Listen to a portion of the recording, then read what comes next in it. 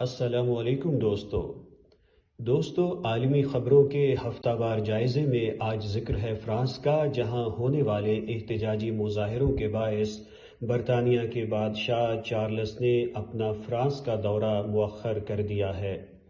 برطانیہ کے بادشاہ چارلس اپنی ذمہ داریاں سنبھالنے کے بعد اپنے پہلے اسٹیٹ وزٹ پر اتوار کو فرانس پہنچنے والے تھے۔ برطانیہ کے بادشاہ نے پیرس کے علاوہ فرانس کے جنوب مغربی شہر بوردو بھی آنا تھا۔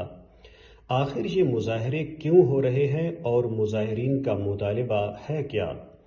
دوستو، فرانس کے موجودہ صدر ایمانوئل ماکرون ماضی میں ایک انویسٹمنٹ بینکر رہ چکے ہیں، اس لیے معیشت اور سرمایہ کاری کا انہیں وسیع تجربہ حاصل ہے۔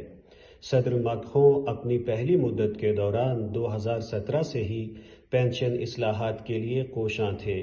2019 کی کرونا وبا کے باعث انہیں اپنا ارادہ وقتی طور پر مؤخر کرنا پڑا۔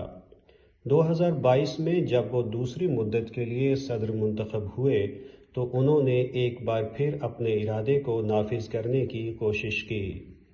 فرانس بھر میں کیے جانے والے احتجاجی مظاہروں کی پرواہ نہ کرتے ہوئے فرانسیسی وزیر اعظم ایلزابتھ بورن نے 16 مارچ کو اصلاحاتی بل ایوان بالا سینٹ اور ایوان زیریں نیشنل اسمبلی میں پیش کر دیا۔ سینٹ سے یہ بل آسانی سے پاس ہو گیا، لیکن قومی اسمبلی سے بل کا پاس ہونا مشکل تھا، کیونکہ بہت سے حکومتی اراکین بھی اس بل کی مخالفت کر رہے تھے۔ اس لیے غالب امکان تھا کہ قومی اسمبلی میں حکومت کو شکست ہوگی۔ اس ممکنہ شکست سے بچنے کے لیے حکومت نے آئین کے آرٹیکل 49(3) کو نافذ کر دیا۔ آرٹیکل 49(3) کے نافذ ہونے کے بعد حکومت کسی بھی بل کو قومی اسمبلی سے پاس کرائے بنا فقط کابینہ کی منظوری سے بھی نافذ کر سکتی ہے۔ حکومت نے قومی اسمبلی سے منظوری لیے بغیر ہی پینشن اصلاحات بل کو لاگو کر دیا۔ اب اپوزیشن کے پاس آخری آپشن یہی رہ گیا تھا کہ وہ حکومت کے خلاف تحریک عدم اعتماد لے آئے۔ یوں وہ وزیر اعظم اور کابینہ کو ہٹا کر اس بل کو غیر مؤثر کر سکتی ہے۔ اپوزیشن کی عدم اعتماد کی 2 تحریک جمع کرائی گئی، جن پر سوموار 20 مارچ کو ووٹنگ ہوئی اور حکومت نے 9 ووٹوں کی اکثریت سے تحریک عدم اعتماد ناکام بنا دی۔ پارلیمنٹ میں ناکامی کے بعد اپوزیشن اور مزدور تنظیموں نے اپنی لڑائی سڑکوں پر لڑنے کا اعلان کیا۔ احتجاج کی وجہ سے پیرس کے گلی کوچے کوڑے اور گندگی سے اٹھ چکے ہیں۔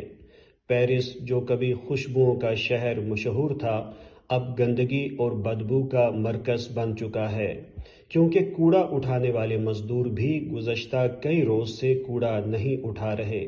فرانس بھر میں احتجاجی مظاہرے شدید ہوتے جا رہے ہیں۔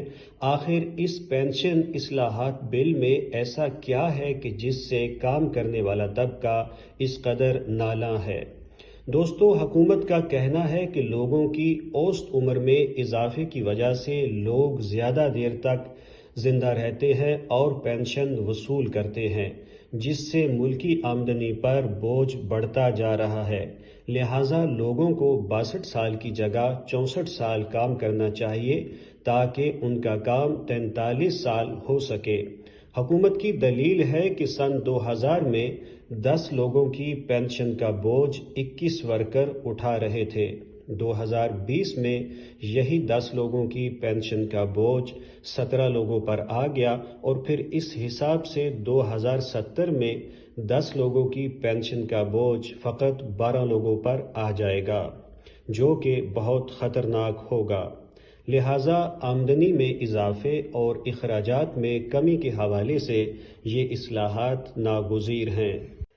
دوسری طرف مزدوروں اور اپوزیشن کا کہنا ہے کہ کنسٹرکشن کے شعبے میں کام کرنے والے اور کان کنی کے شعبے میں کام کرنے والے 64 سال کی عمر تک کام نہیں کر سکتے۔ سخت کام کے لیے ان کی جسمانی استطاعت بہت پہلے ہی ختم ہو چکی ہوتی ہے، لہٰذا انہیں تو 60 سال کی عمر میں ہی ریٹائر کر دیا جانا چاہیے، اور اگر آمدنی بڑھانا ہی مقصود ہو تو زیادہ آمدنی والے شعبوں اور سرمایہ داروں پر اضافی ٹیکس لگا کر اس کمی کو پورا کیا جا سکتا ہے۔ آپ کے نزدیک کس کی رائے میں وزن ہے، حکومت یا عوام؟ ہمیں یہ بھی بتائیے گا کہ آپ کو آج کا ہفتہ وار جائزہ کیسا لگا۔ آپ سب کا بہت بہت شکریہ۔